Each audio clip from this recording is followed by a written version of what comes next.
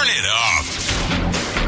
It's the Record Machine with your host, Jimmy Hall. Hey, what's up? This is Eddie from the band Mad Margritt, and you're listening to the Record Machine Show.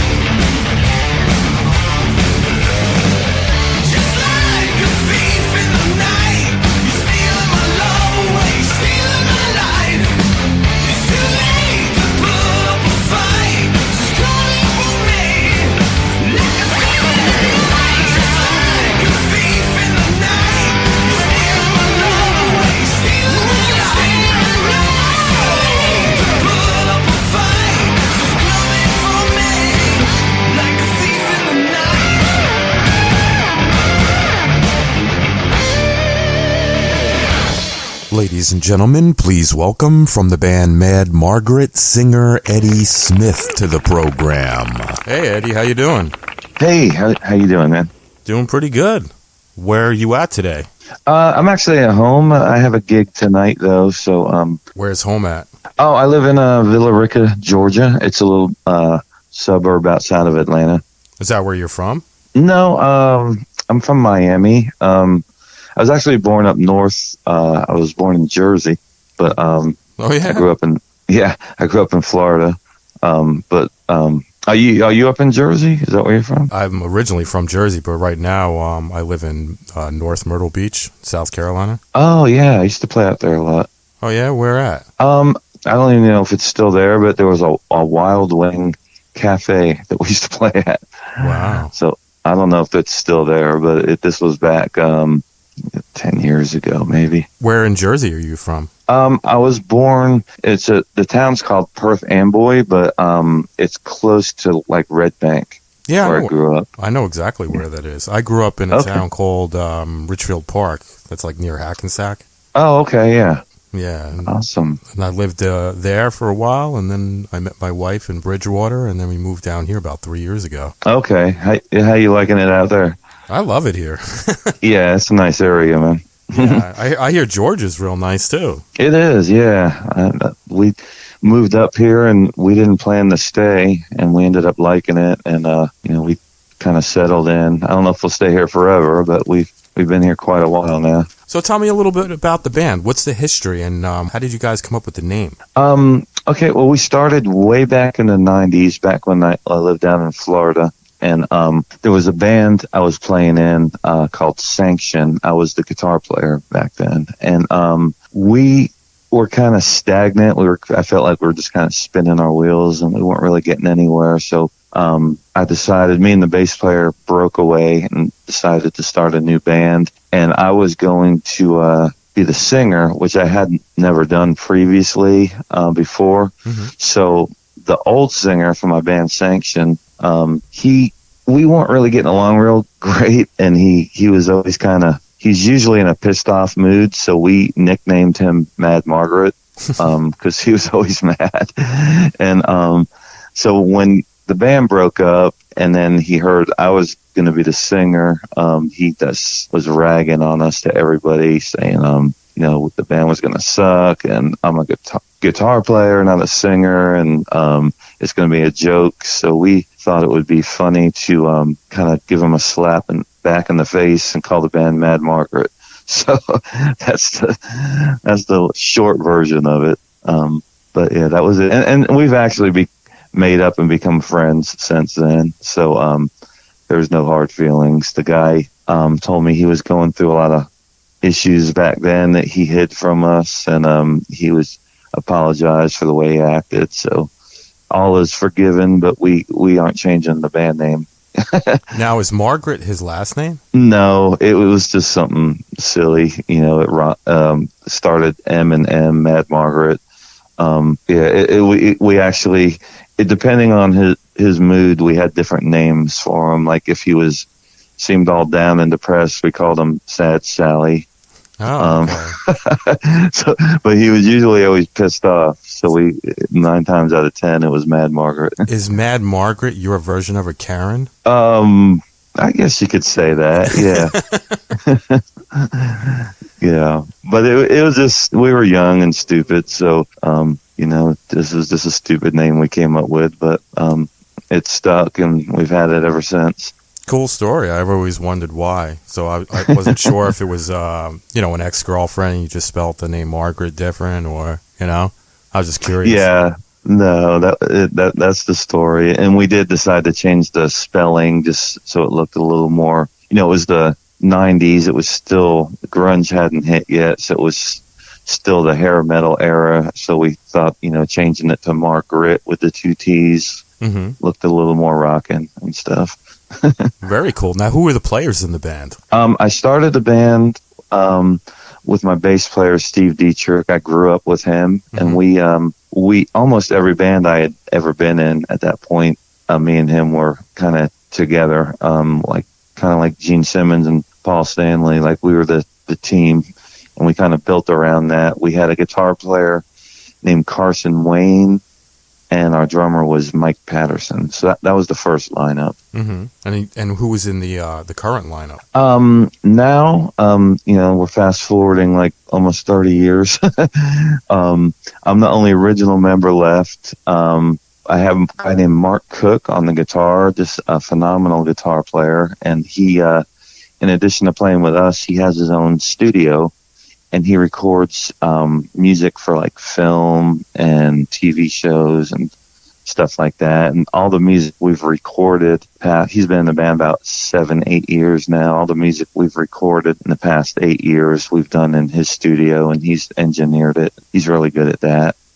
My bass player is Brian Kirtland, and in the late 80s, he played in a band called Bite the Bullet in Atlanta, and they went out to Hollywood and changed their name to South Gang, and he quit the band, and I want to say 2 months later they got signed to MCA, and had a couple hits on MTV. Wow. So he left a little bit too early, but he's still friends with those guys, and they almost reformed actually a couple of years ago for some shows, but it didn't work out. So he's our bass player, and then my drummer is Rick Shoemaker, another really talented musician. He's a drum teacher here in Atlanta, and just a rock solid drummer, great guy. So we're a good lineup, and we all get along great. We have great chemistry between each other. Very cool. Your new album, Best of 99 to 2021. Uh-huh. Can you talk about that a little bit? Yeah.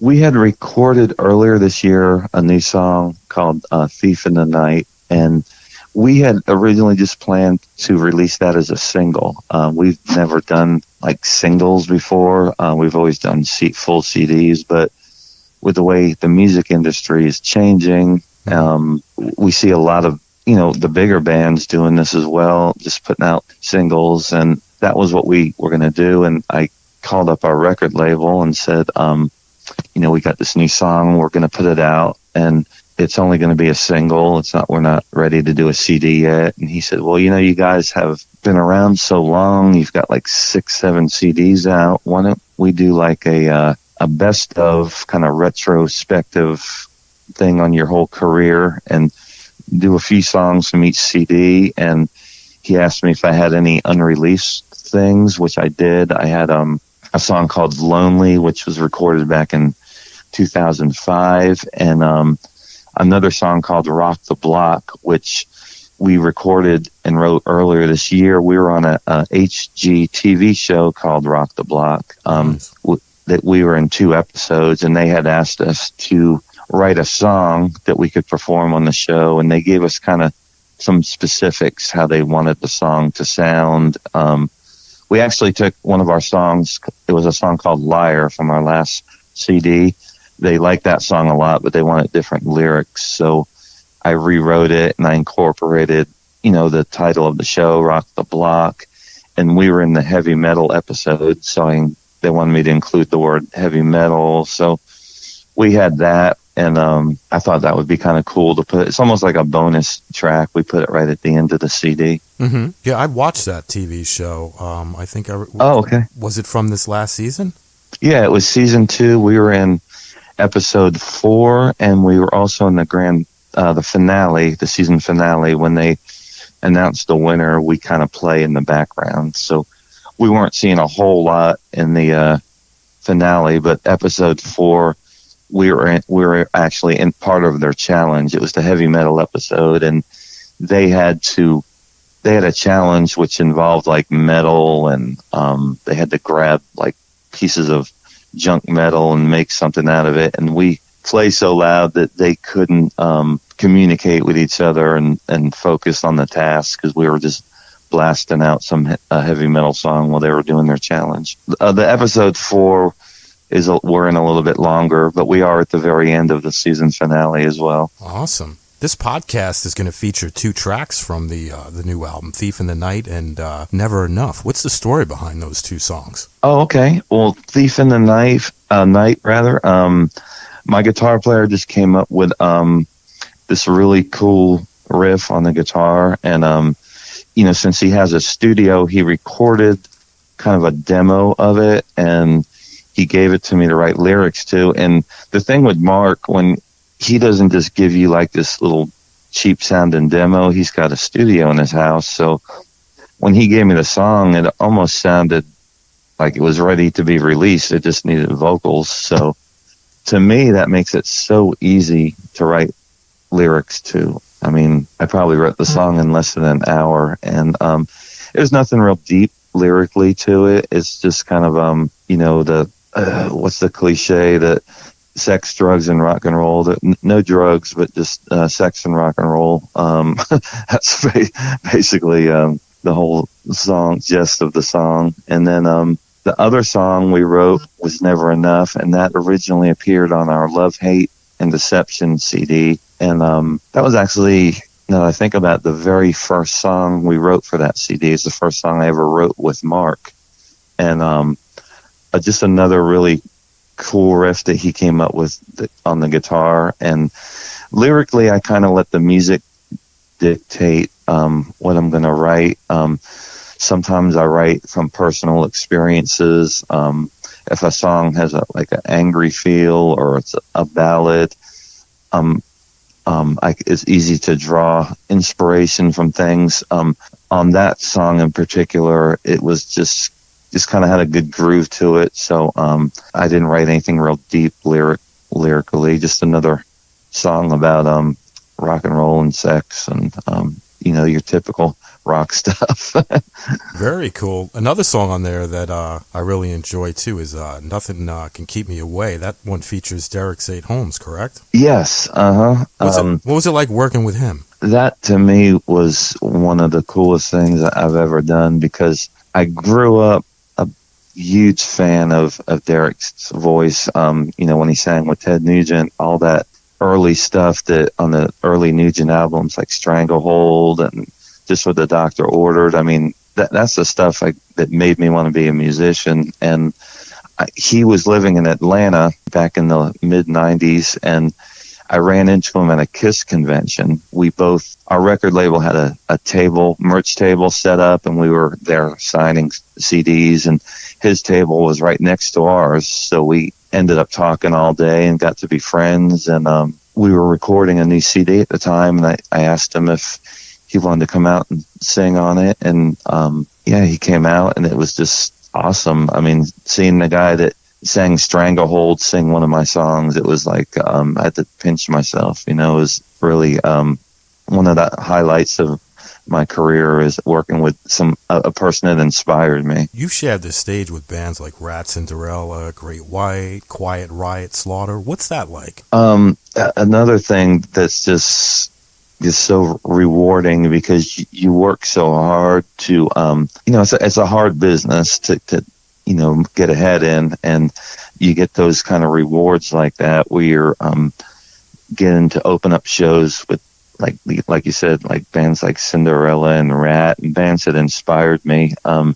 Just getting to meet them and talk to them and pick their brains a little bit, and then of course playing, those bands draw huge crowds, not like obviously they did in the 80s, but still everywhere they play, the place is packed. So we're getting to perform in front of this huge crowd that comes out to see them, and we're playing the same genre of music. So we always go over really well. So it's really exciting and rewarding, and just great experiences that I'll never forget, How is it playing Rocklahoma, the South Texas Rock Fest, and the Muscle Racing Fest? How is it playing festivals like that? Those are my favorite. The Rocklahoma in particular, it was the dead of summer, and it was like 115 degrees. And I want to say the heat, I don't know what the heat index was, but it had to be a lot worse, because we only did a 30-minute set, and by the time our set was over, I just laid behind the drums with wet towels on my head for like 20 minutes. Just my heart was beating out of my chest. It was like so hot, but it was fun. And I heard that a couple other musicians that weekend actually went to the ER because they overheated during their shows. Wow. So, but it was still a blast. And the festival is so much fun because there's so many people, and it's just the energy you get from the crowd, the exchange back and forth. It's just it's an adrenaline rush. We did those muscle racing festivals for like 15 years in a row, and we averaged anywhere from 10 to 15,000 people every time we played out there. So it doesn't get any better than that. I mean, it's just super exciting. Mad Margritt's won Best Rock Award at the Atlanta Rock Awards, and also was nominated for 2 awards at the South Florida Rock Awards. What's that like? That was really cool. The South Florida, that's back when we first started and when we were living down there. And Marilyn Manson was a local band back then. They hadn't made it. They hadn't got signed. So we were nominated up against Marilyn Manson and another. They actually beat us, but we were one of the 5 bands nominated. And the other category, that was Best New Band, and then Best Rock Band, we were nominated against Saigon Kick. And I don't know if you're familiar with them, but they also got a record deal and had a couple hits. So they beat us out on the Best Rock Band. So we didn't mind losing to them because they they went on to become really big bands. And then we relocated to Atlanta, and our very first year up here, we actually won the Atlanta Rock Awards, Best New Band. So we came up here, and within a year, we had already built up a big following and won Best Rock Band at the awards. So that was very cool, too. Very cool. Do you have a website you'd like to promote? Yes, we do. It's madmargritt.com. And Margritt, like I said, is spelled Margritt. It's Margritt. And we also have a Facebook page, so you can look us up on there as well. Very cool. Now, is there anything you'd like to mention that we didn't talk about today? We are planning at some point to do a full CD. Usually, we're not touring right now. Once COVID hit, we just stopped playing for a while, and now we're playing a lot, but only here in Georgia. But when we do get a new CD out, we are going to probably do some touring again. That's what we always do whenever we release a CD. So we plan to hit the road. So everyone, we're looking forward to seeing people in different parts of the country again that we haven't been able to perform for in a long time. So that's in the cards, and hopefully we'll get this new CD done soon as well. That's awesome. Well, Eddie, I want to thank you so much for taking time out and talking to me today. I really dig the new album. I want to wish you lots of luck with the Best Of CD, and I can't wait to hear the new one when it comes out. Well, thank you so much, and I appreciate you having me on the show and playing our music. We appreciate that a lot. Well, you're welcome, brother, and you take care and stay safe, all right? Okay, you too. You have a great day. All right, you too. Bye-bye. All right, bye.